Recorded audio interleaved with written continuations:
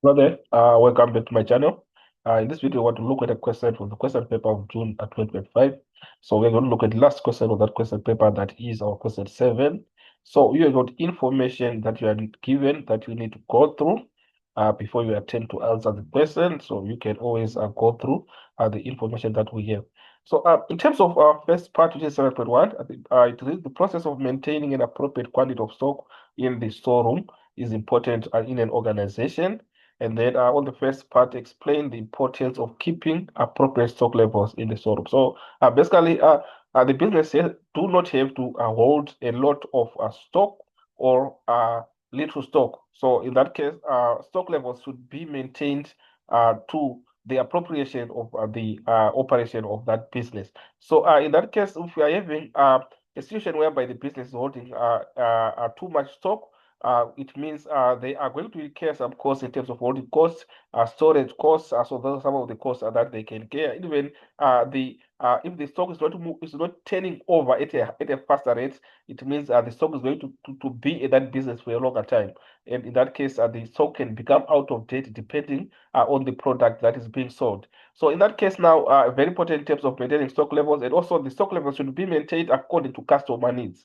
So basically, that is what we have. And also, it can cascade to the issue of the inventory systems that are being used by the business.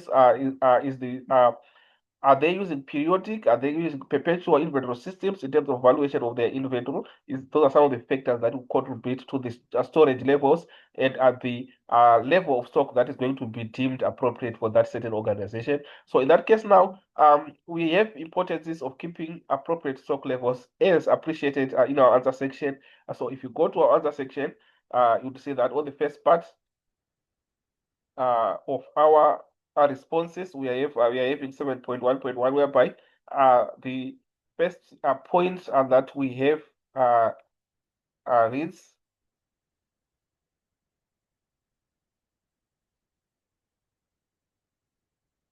So basically, this is what we have. The first point is the person in charge always knows which and how much stock is available. So that is the importance of maintaining uh, stock levels or controlling stock in such a way that there's a person who will be up to date in terms of the stock levels that can always be referred to if ever there's need for that information. Then second part, time-based orders save money, prevent wastage and running out of stock. So if we have got maintenance of stock levels, we are going to have time-as orders, which is going to save money. Also, we are going to prevent wastages and running out of stock. So those are some of the importances. And then articles that are no longer used are identified timelessly, which prevents unnecessary ordering.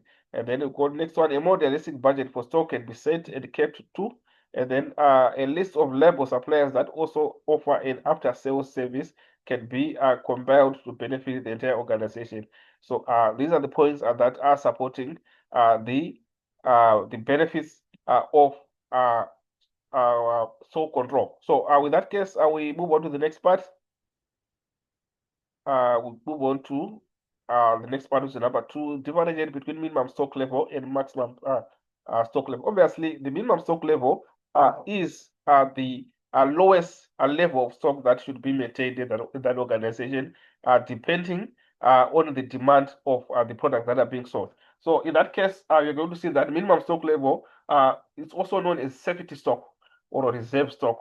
So basically, it's the amount of stock that must always be available to ensure the company's ability to meet customer needs. So that is our minimum stock. So if you look at now maximum stock level, it is now the upper limit. So we're saying the upper limit of inventory a business should hold for a specific item or specific product to avoid costs of overstocking related to excessive storage. We've got excessive storage, obviously, there are costs that are going to be attracted. And also, may have a situation of tied up capital, which is a negative in terms of the profit making of the business. So in that case now, we have that differentiation is articulated in our answer section. If we go to other section, or number 2, we are saying in terms of minimum stock level, the smallest quantity of stock allowed in the stock room, and also alternatively, we are saying this is the lowest point of of stock level that we can keep at that business. And then maximum stock level is the maximum available stock that is allowed to be in stock room. So basically, these are the basic. This is just a basic differentiation that we have in terms of minimum stock level and maximum stock level. So within that context, we move on to the next part, which is now 7.2, it reads explain 5 principles of using telephone efficiently. So what are the principles of using telephone efficiently? So there are basic procedures that you should follow when you are handling a telephone.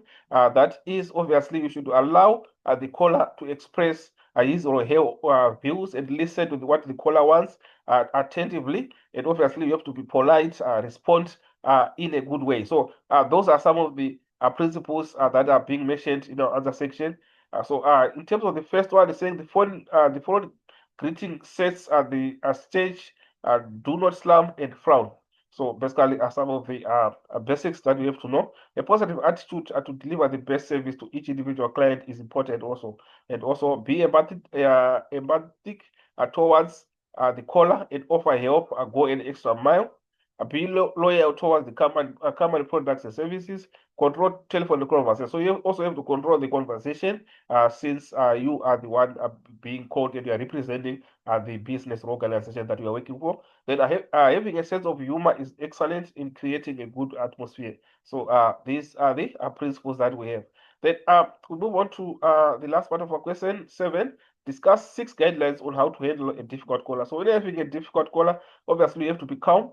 You don't have to retaliate in terms of what the negative that the caller is expressing to you. You don't have to be responsive. Just be calm, and you have to answer politely. So in that case, you have to control the situation. So we're saying, first part, handle the caller carefully, listen to the caller's problem and offer assistance and solutions.